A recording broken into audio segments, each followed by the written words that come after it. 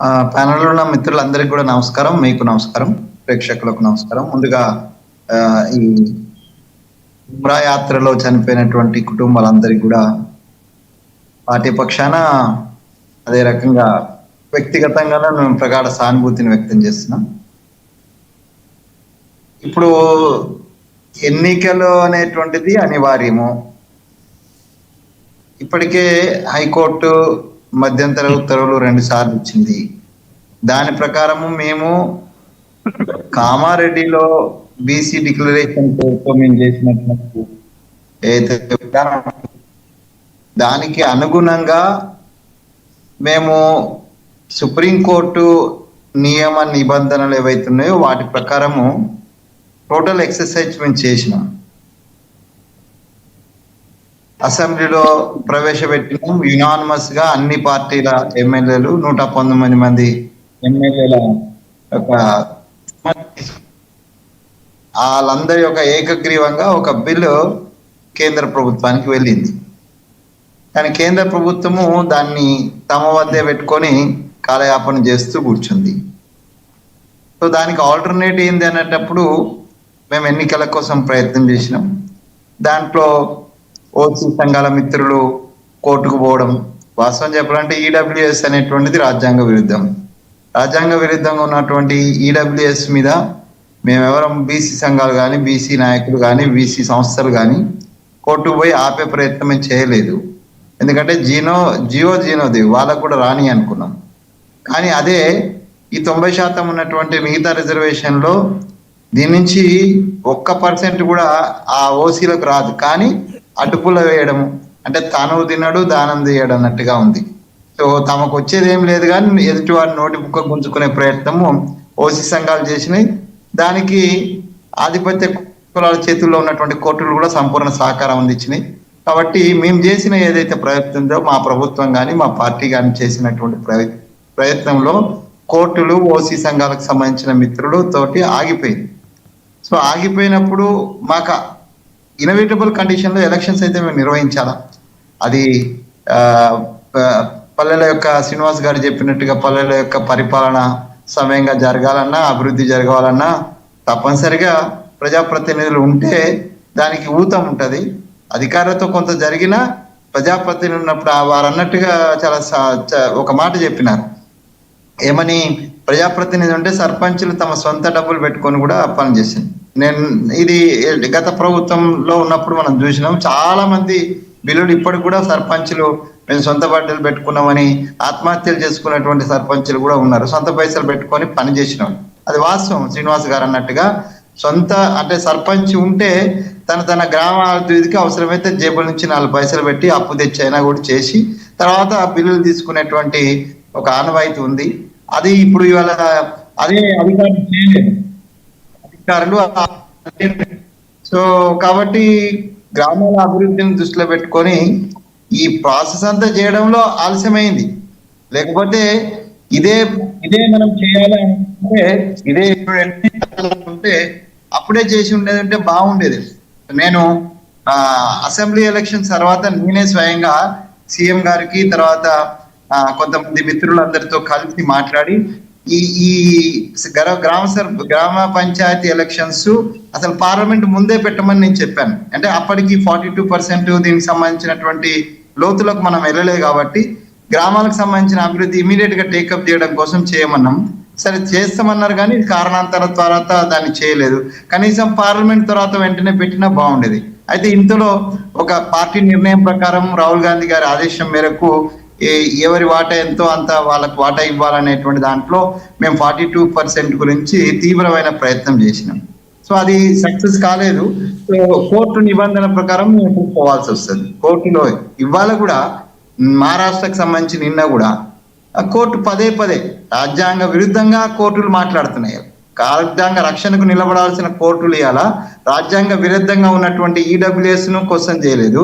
రాజ్యాంగంలో ఎక్కడ లేని 50% కేవలం ఓబీసీల మీద నెత్తి మీద రుద్దుతున్నటువంటి దురదృష్టకరమైనటువంటి పరిస్థితి.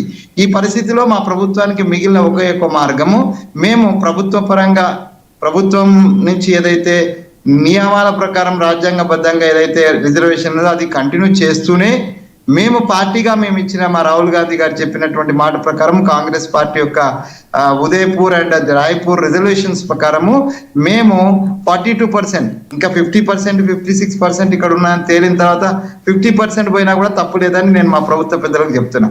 సో ఇవాళ 50% పార్టీ పరంగా మేము ఇస్తాం.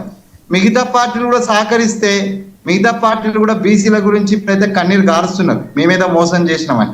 మేము ప్రయత్నం చేసినాం, ప్రయత్నంలో ఫెయిల్యూర్ వచ్చింది అనేటువంటిది చాలా స్పష్టమే. ఆ ఫెయిల్యూర్ ఎందుకు వచ్చింది?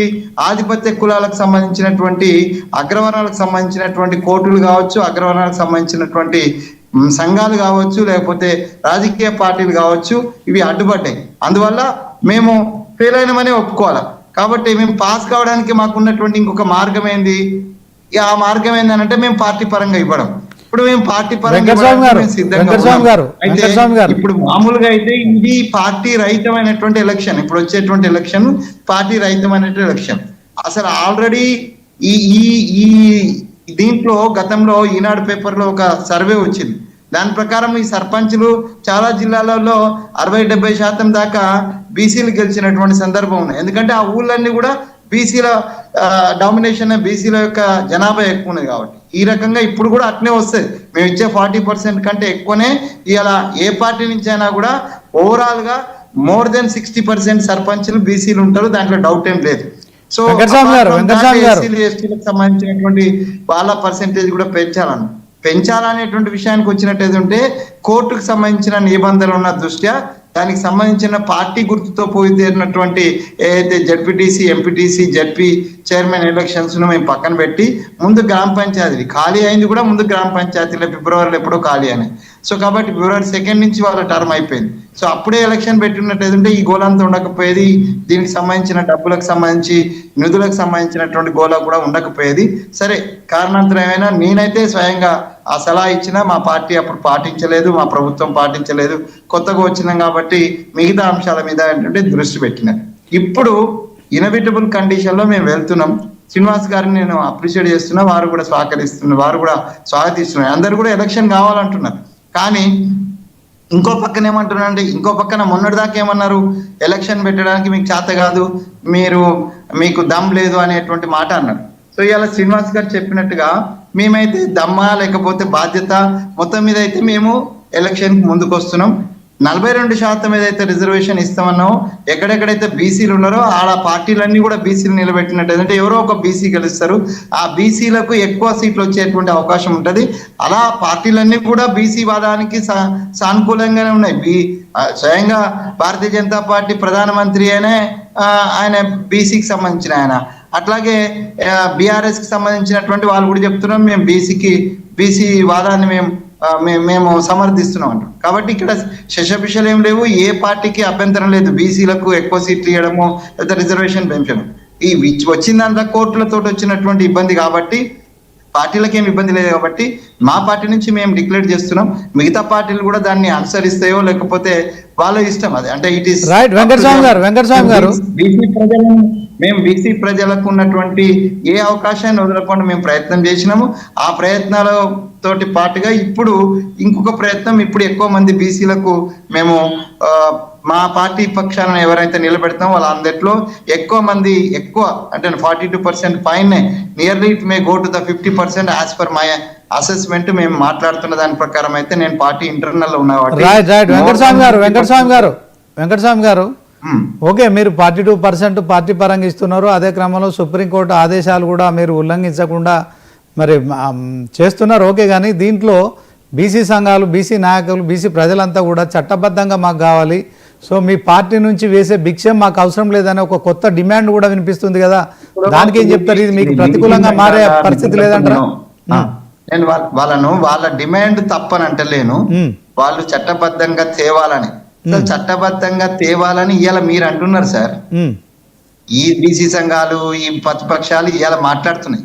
అసలు దాని అంశాన్ని తీసుకొచ్చిందే మేము, మా రాహుల్ గాంధీ గారే కదా దేశవ్యాప్తంగా తిరిగి జిన్కి ఇతని ఆబాది, ఉనికి ఇతని భాగీదారి అనేటువంటి మాట తీసుకొచ్చింది ఏంది కాంగ్రెస్ పార్టీ. Hmm. మా మా మా పార్టీ యొక్క ఆల్ ఇండియా కాన్ఫరెన్స్ ఉదయపూర్ లో జరిగితే అక్కడ మేము రిజల్యూషన్ చేసినాం 50% వీళ్ళకి ఇవ్వాలని. రాయ్పూర్ లో తీర్మానాలు చేసినాం. అసలు ఐడియా మాది. ఇవాళ బీసీ సంఘాలన్నీ మాట్లాడుతుండొచ్చు, కానీ బీసీ సంఘాలకు మేము వాళ్ళ డిమాండ్ కాదు, వాళ్ళ గురించి ఆలోచించి మేము ఆ అంశాన్ని ముందుకు తీసుకొచ్చినాం. Right, okay. శుద్ధిలో ఎక్కడ తప్పు లేదు. ఓకే, వెంకటస్వామి గారు, వాళ్ళు మాకు సహకరించాలి. వాళ్ళను మేము డెఫినెట్ గా దీనికోసం పోరాడదాం. మేము కలిసి కేంద్రం దగ్గర ఇష్యూ ఉన్నది కాబట్టి మీ సహకారం తీసుకొని మా పార్టీ పరంగా కేంద్రం మీద అధికార పక్షంతో కూడా ఆ ప్రతిపక్షాల యొక్క సమర్థన కూడా తీసుకొని అందరితో కలిసి కేంద్రం దగ్గర ఎక్కడైతే పెండింగ్ లో ఉందో, ఏదైతే కోర్టులలో పెండింగ్ లో ఉన్నదో దాన్ని బయటికి తీసుకొచ్చే ప్రయత్నము, అది ఒక లాంగ్ టర్మ్ ప్రయత్నంగా మనం చేద్దాం. కానీ తాత్కాలిక సొల్యూషన్ కూడా ఇవ్వాలి కదా. పేషెంట్ డాక్టర్ దగ్గర పోగానే తాత్కాలిక కడుపు నొప్పితో పోతే, నేను చాలాసార్లు నాకు కిడ్నీ పెయిన్ వచ్చిపోతే ఫస్ట్ ఓవరాన్ ఇంజెక్షన్ ఇచ్చేటోళ్ళు. సో దాని తర్వాత మిగతా ట్రీట్మెంట్ అంతా చేసేటోళ్ళు. సో ఓవరాన్ ఇంజెక్షన్ ఇస్తే కొంత నొప్పి చేసేది కూడా ఉపశమనమే. మేము solution, long solution, permanent solution అంటే పర్మనెంట్ సొల్యూషన్ కోసం అన్ని వర్గాలను, బీసీ సంఘాలను, ప్రతిపక్షాలను, ప్రజా సంఘాలను, అందరినీ, మేధావులను